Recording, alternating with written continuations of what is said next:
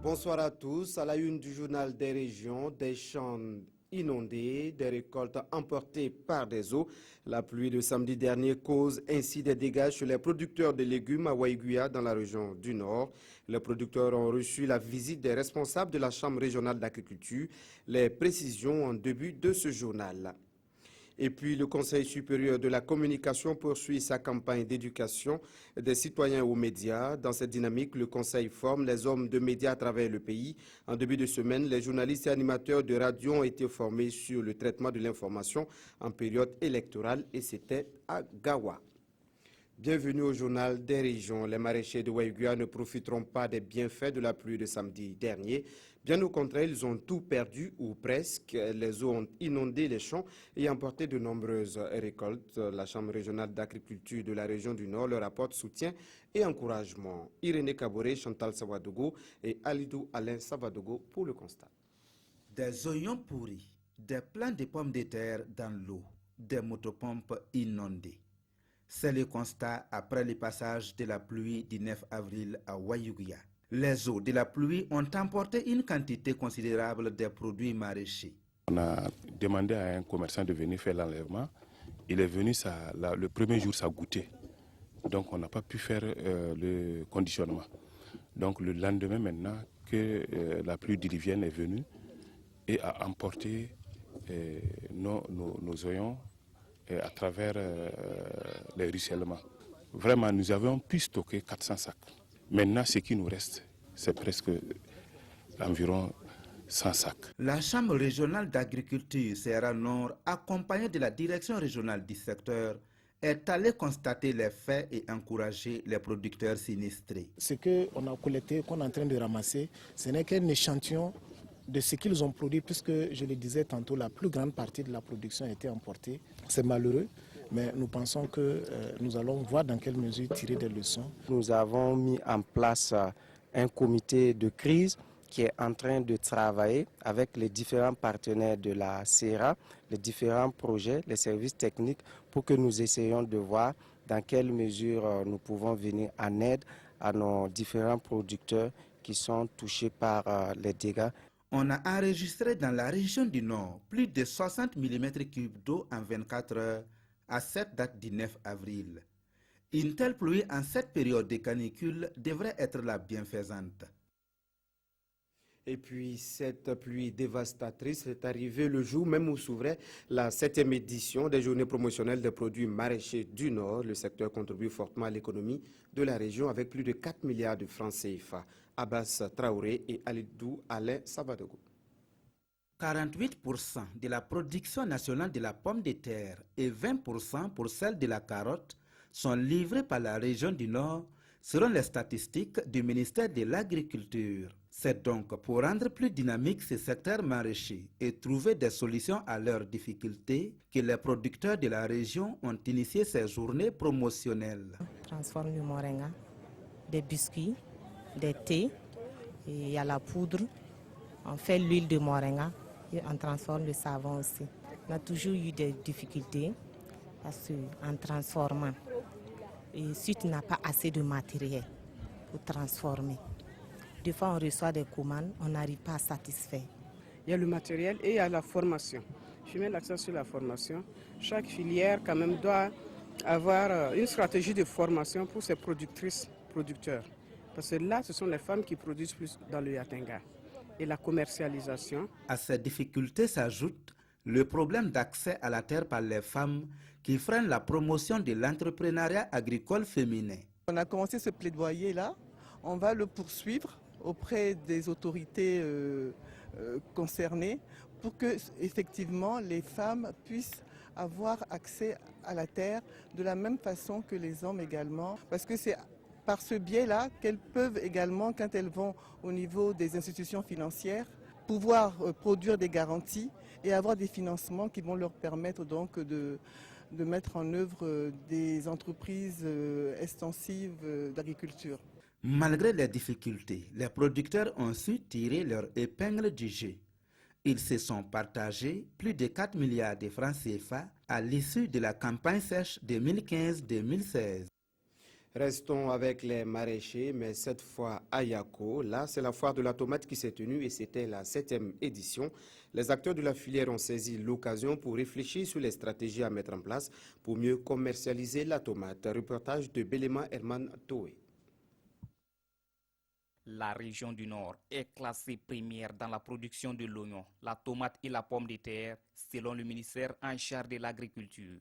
La province du Passoré, elle, s'est illustrée dans la culture de la tomate. C'est pour promouvoir ces produits que l'Union des producteurs maraîchers a organisé ce salon de la tomate. Mais l'arbre ne doit pas cacher la forêt. Ces producteurs sont confrontés à des difficultés qui fragilisent souvent leur capacité de production. Nos difficultés sont principalement le manque d'intrants, le problème d'écoulement des produits et l'ensablement du barrage. Il faut qu'on nous aide à enlever l'herbe qui a poussé et bouche de plus en plus les barrages.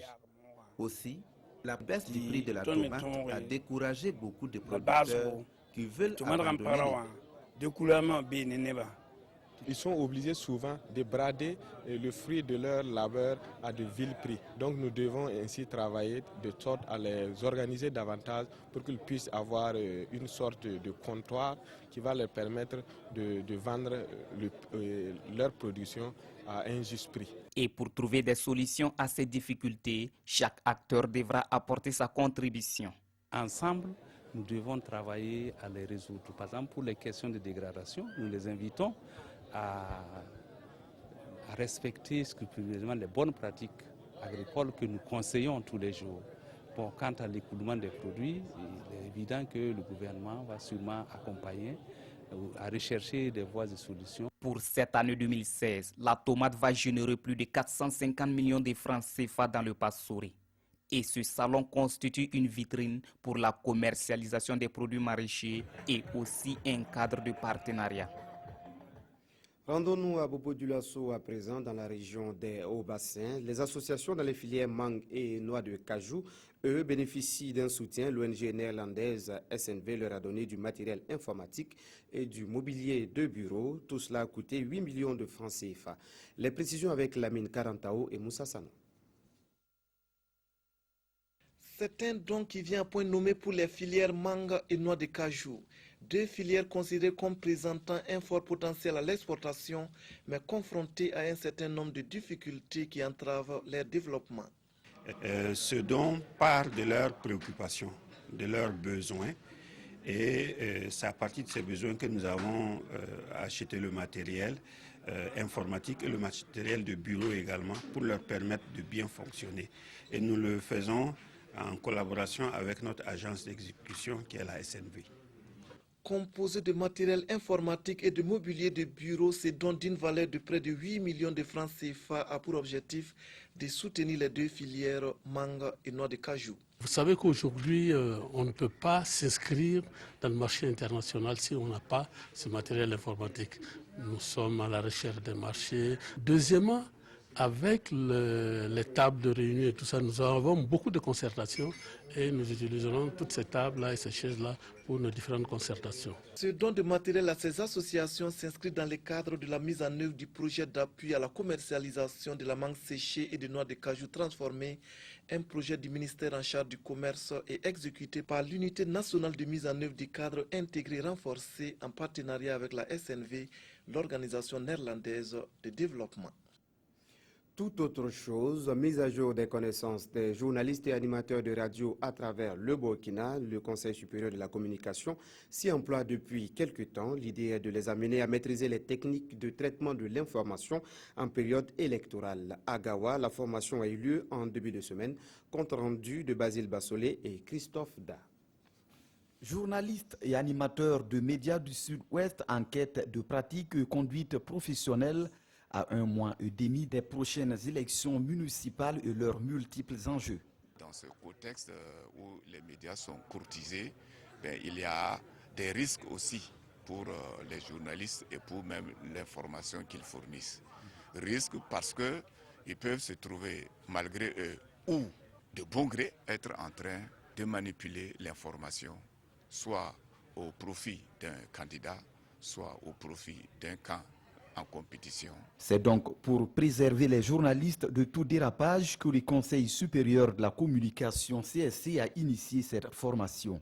En 48 heures, les bénéficiaires devront renforcer leur connaissance de la dépénalisation, la responsabilité sociale du journaliste, les techniques de traitement de l'information à l'heure du numérique et l'équilibre de l'information en période électorale.